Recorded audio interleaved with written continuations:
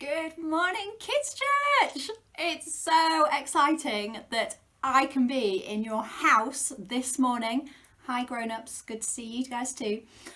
It's a little bit odd, I know, but I'm hoping that we are going to have loads of fun together this morning. We're going to do stuff that we usually would do in a Kids Church session. So we're going to do a game, some quick fire questions, a Bible story. We're going to give you a chance to connect with God together, and hopefully it's going to be loads of fun.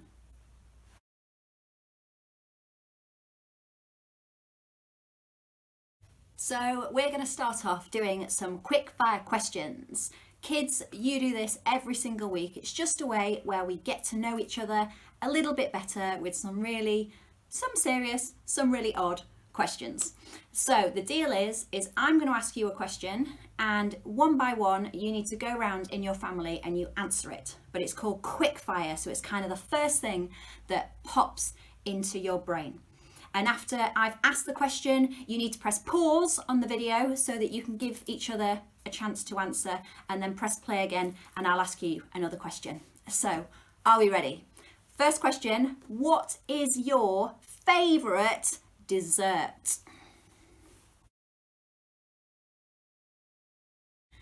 Next question is, would you rather live in a cave or in a treehouse?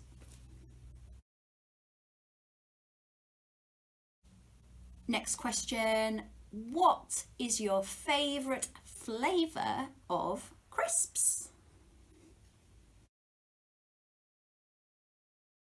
Next question, what is God's favourite animal?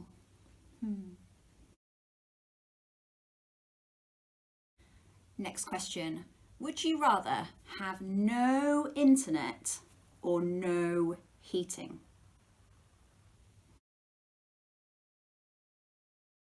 Next question, what do you think makes God happy?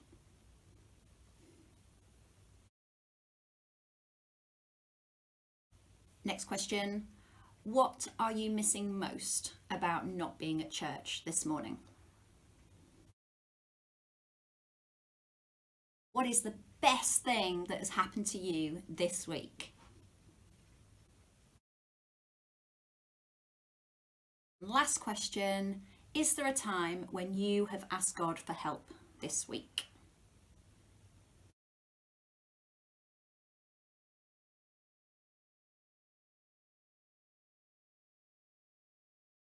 So we are going to play a game together. So grown-ups, I'm going to need your help. You need to go and get me the stuff that we need for this game. So you are going to need a pillowcase, lovely jubbly, and kids, you're not allowed to look while this is happening. Grown-ups, I need you to go and find 10 objects from around your house. It can be anything.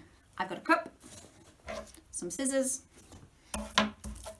Kit Kats, that's my lunch later, and you need 10 other items.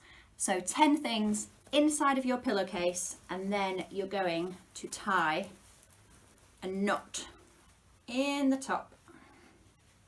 Here we go. Big knot in the top of your pillowcase with 10 items inside that the kids have not seen. So press pause, go and do that, and then come back.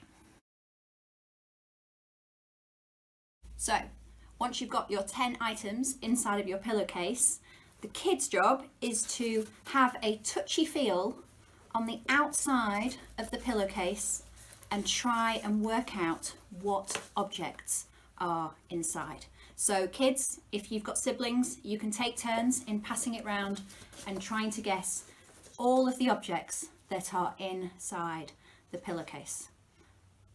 Are you ready? 3, 2, 1, go!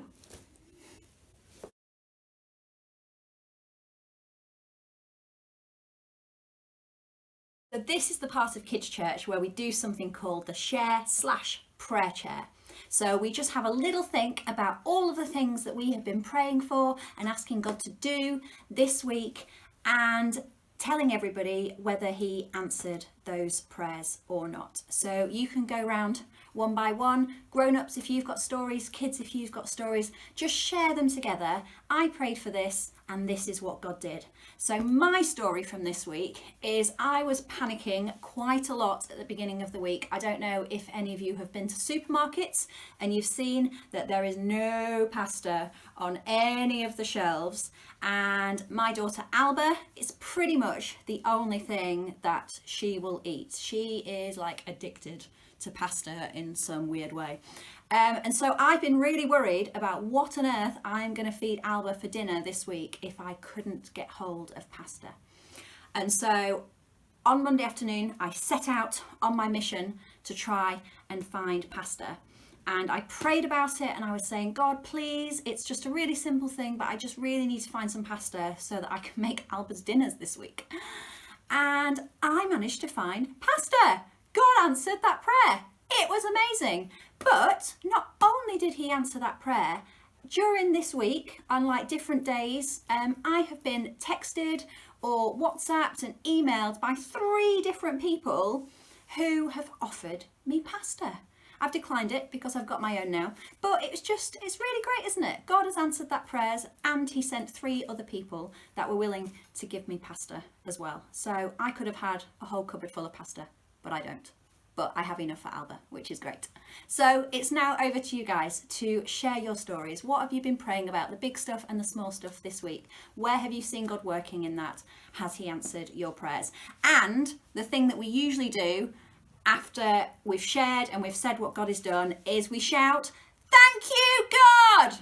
Because God is awesome. So after every person's told a story, you need to count to 3. 1, 2, 3, and you all shout together, "Thank you, God!" Go.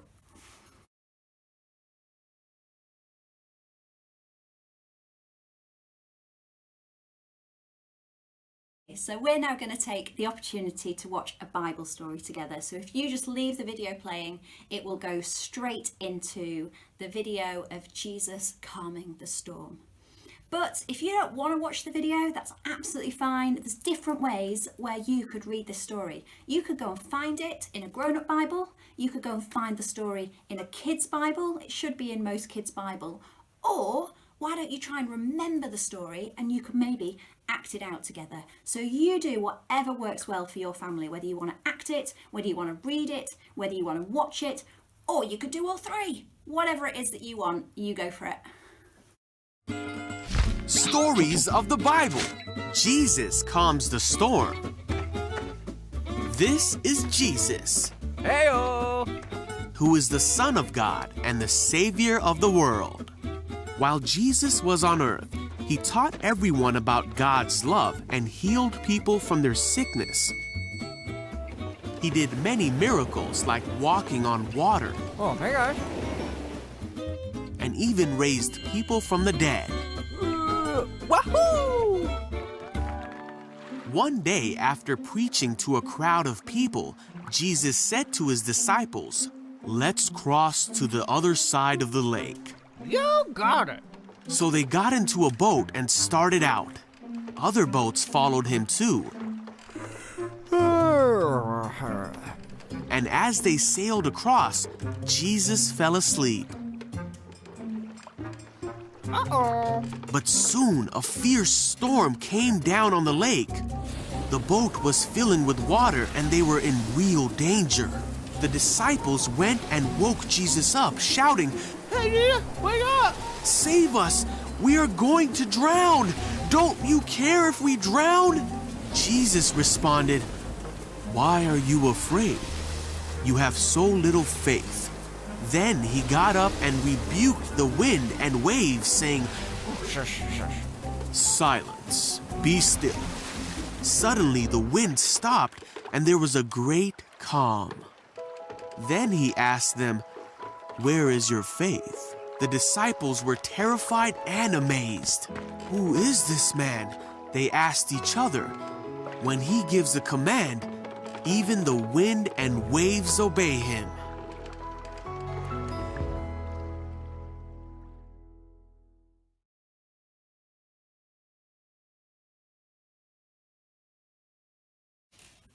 What a great story. Jesus does some pretty cool stuff. So I've just got a few questions for you to help us recap that story together.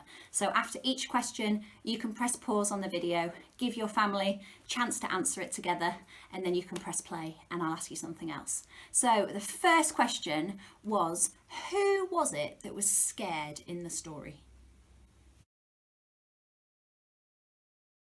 My next question is, what were they scared of?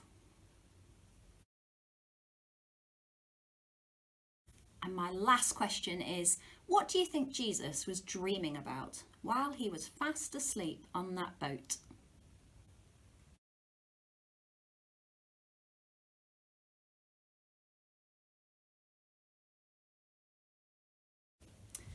The disciples, so Jesus' friends, were scared of the storm. They were petrified.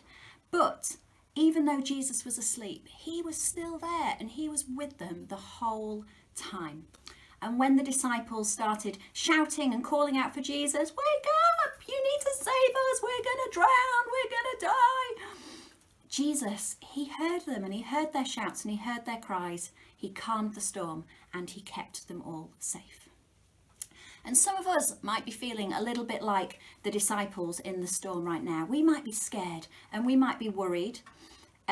We could be scared because we can't come to church right now. We could be scared because we can't see our friends at the moment. We could be scared because we can't go to school or to nursery, or parents, you might not be able to go to work at the moment, and it's scary. There might be other things that make us scared or anxious or worried that aren't related to the virus. So I get scared sometimes if I have to do a test or an exam, and I get scared as well when I have to get on the stage at church and talk to the grown-ups. That makes me a little bit worried. But even when things feel scary, and even when we're worried, and even when we're anxious, we know that Jesus is in control and that he is with us through all of that. The disciples, they called out to Jesus. They were like, help us, we're going to drown, we're going to die. And Jesus brought peace and calm to that storm. And so we can pray, we can call out to Jesus for help too.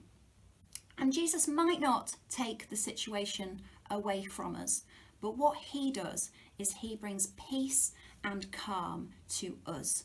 And so we get those feelings of being all, even though the situation might still be going around, the coronavirus might still be here, you might still have to do that test or that exam, I might still have to go on the stage and talk to the grown-ups, but inside we can feel that peace and that calm that Jesus brings to our hearts. So kids, I want you to ask your grown-ups about a time when they have felt scared and God has been with them. So ask your grown-ups that question. Mum, Dad, when have you been scared, and how did God help you, and where was God and what was he doing? Go.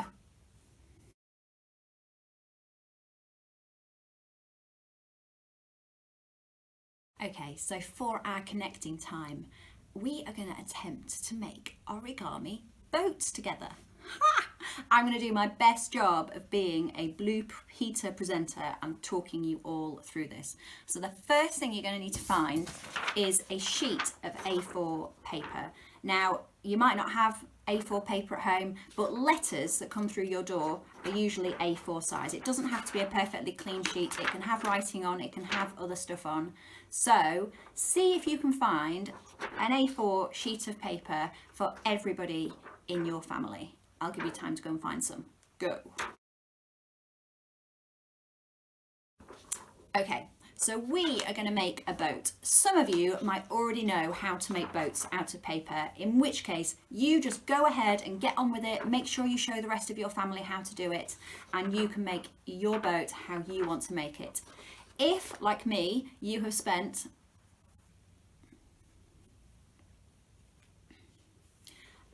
so we are going to try and make an origami boat together. If you already know how to make a boat, then you go right on ahead and do that. Make sure you show the rest of your family how to do it. You can make a boat however you want, just as long as it looks like a boat. If, like me, you have no clue how to make a boat and you've had to spend a good 20 minutes on YouTube figuring it out, then here we are. I'm going to do a step-by-step how to make a boat.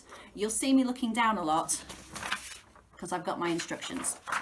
So let's go for it together. So A4 sheet of paper, first thing you need to do is fold it in half like this. And do a nice crease all the way down the middle. Then we're going to open it out and you're going to fold it this way. Squish it all together. Lovely. Jubbly. Now the next thing we need to do is, you see this crease down here, you need to fold the corners in to make triangles just up to where that crease line is. So I'm going to have to do this on my knee. So one triangle folded to the crease and the other triangle folded to the crease. The joys of this being on video is that you can just pause me and rewind me as much as you need to be able to do this. So we've got our corners folded in. The next thing we need to do is just lift up. You've got kind of double bits of paper there, so just lift up one side and fold it up like so. You see that? I've just folded it up and creased it along, and then turn it round and do exactly the same on the other side. So you've got something that looks like this. Then you should have an opening here. So where you've got your shape there, you've got your opening. So you're just going to pull that until it goes flat. Now you might end up with like some sticky up bits here, so just fold these little pointy bits in on each other. Great. So now it should look like that.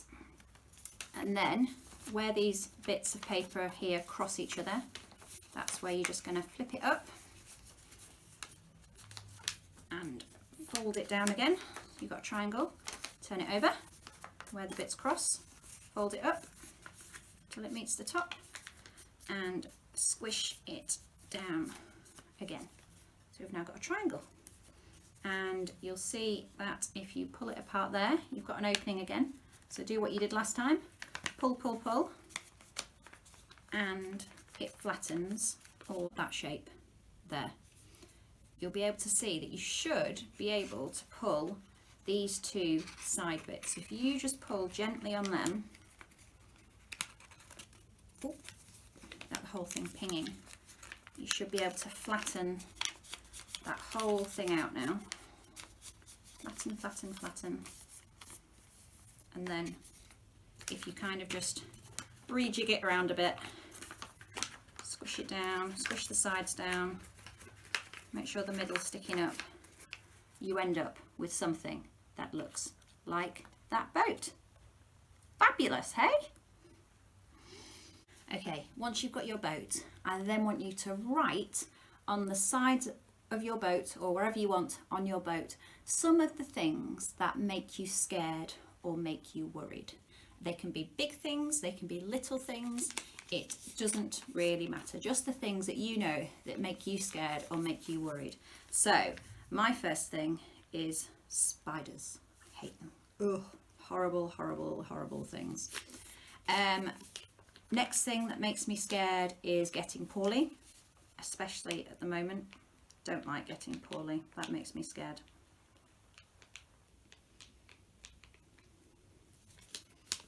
Another thing that makes me scared is anything that might happen to Alba, like when she trips or hurts herself or falls. Like, I'm her mummy, I care about her. So bad things happening to Alba.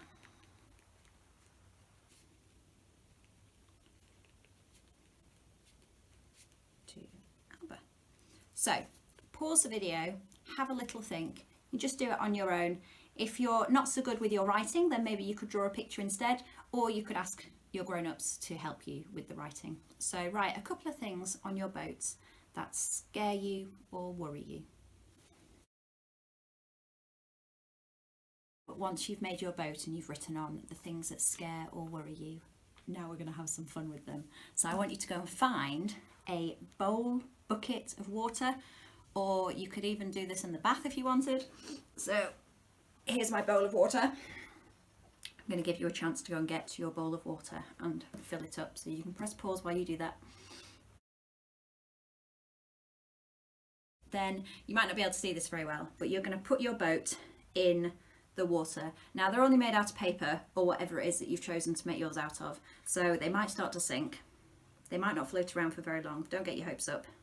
They might drown a bit. There is my boat. I'm not sure you can see that. There is my boat on the water.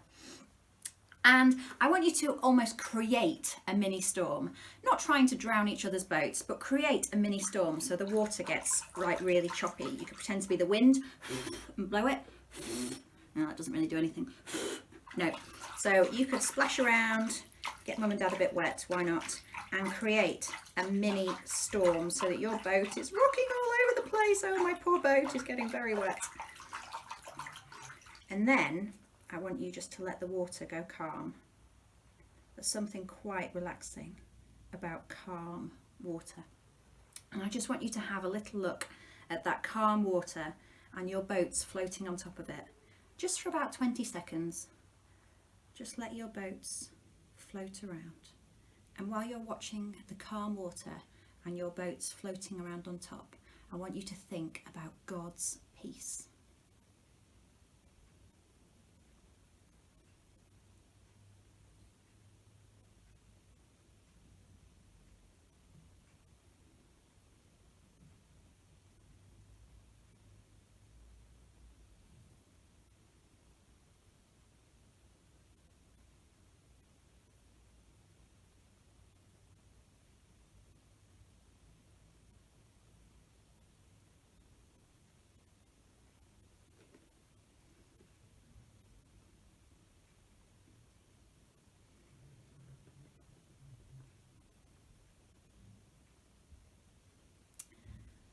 And then when you've thought about God's peace, I just want you to go around each member of your family. So you can start with one person and get them to put their hands on the shoulder or the back of whoever you're sat next to or whoever you're near, and just pray, God, fill mummy, daddy, whoever it is, sister, brother, with your peace.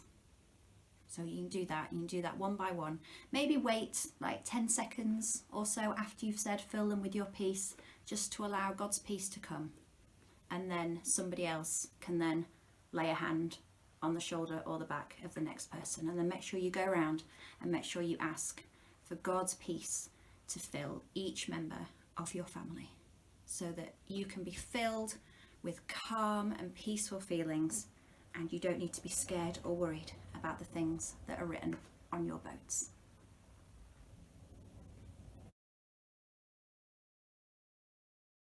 And so we've prayed for ourselves and we've prayed for our family, but it's time to think about praying for some other people. So what I want you to do is I want you to go around your house and find things that remind you of other people. So it might be a photograph of some other members of your family or some friends that you've got. It might be a letter which would remind you of the postman. It might be some shopping which reminds you of the people on the checkouts.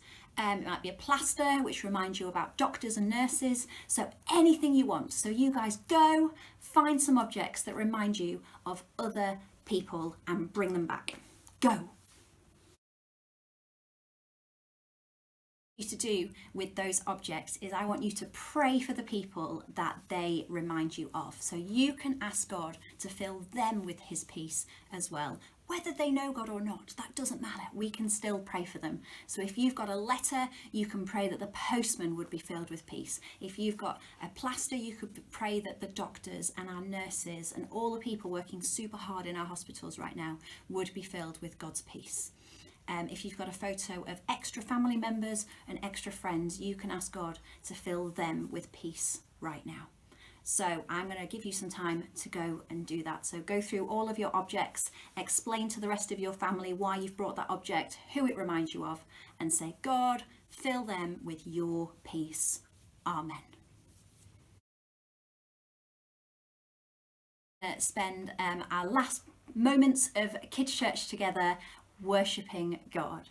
And so there's two songs that are coming up. One of them's called Shine and one of them's called Lighthouse. I've picked those songs because they are generally the most favourite songs in kids' church right now. But also the Lighthouse song talks about the storm and about God's peace. And so it really fits in with everything that we have been talking about this morning. They are just the lyric videos, so you've got the words, and I'm hoping that your kids and that you guys will remember the actions for these songs.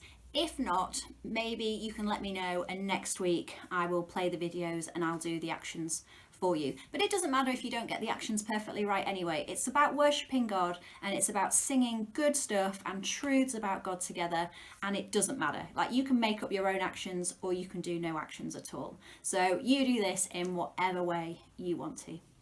So enjoy worshipping.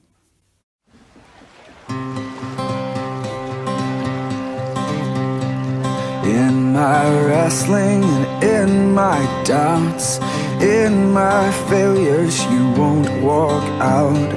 Your great love will lead me through. You are the peace in my troubled sea. Whoa, you are the peace in my troubled sea. In the silence, you won't let go. In the questions, your truth will hold. Your great love will lead me through. You are the peace in my troubled sea. Whoa, you are the peace in my troubled sea. My lighthouse, shining in the darkness, I will follow you. Oh, my lighthouse, I will trust the promise. You will carry me safe to shore, safe to shore,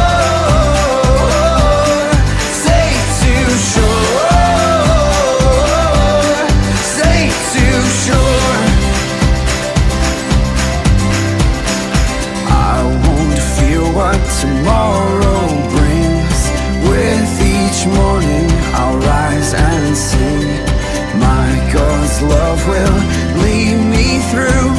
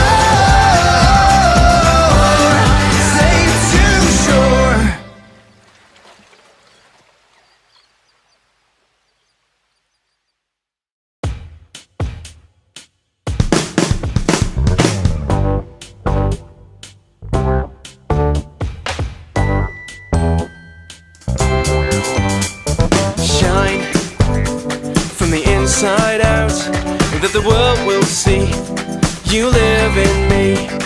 Shine from the inside out, that the world will see you live in me. You know me and you love me, you feel me, so send me to shine from the inside out, that the world will see you live in me. Shine from the inside out, that the world will see you live in me.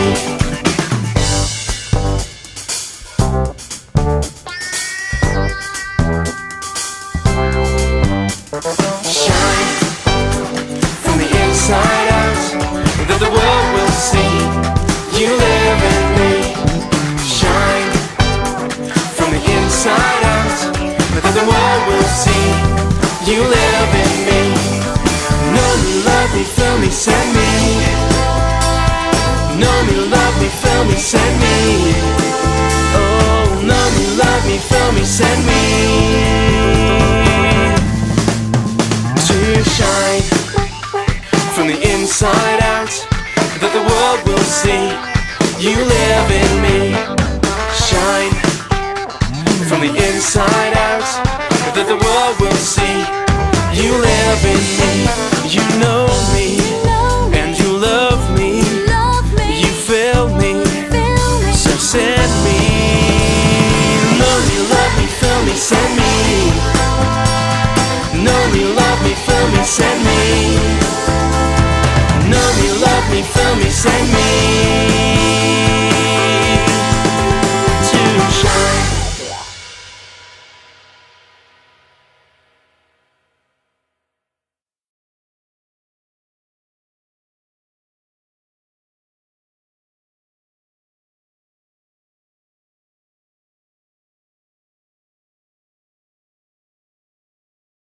So I'm just going to pray for us as we close Kids Church this morning. So God, I thank you that we could meet together today in our families and in our homes and just do church in that context.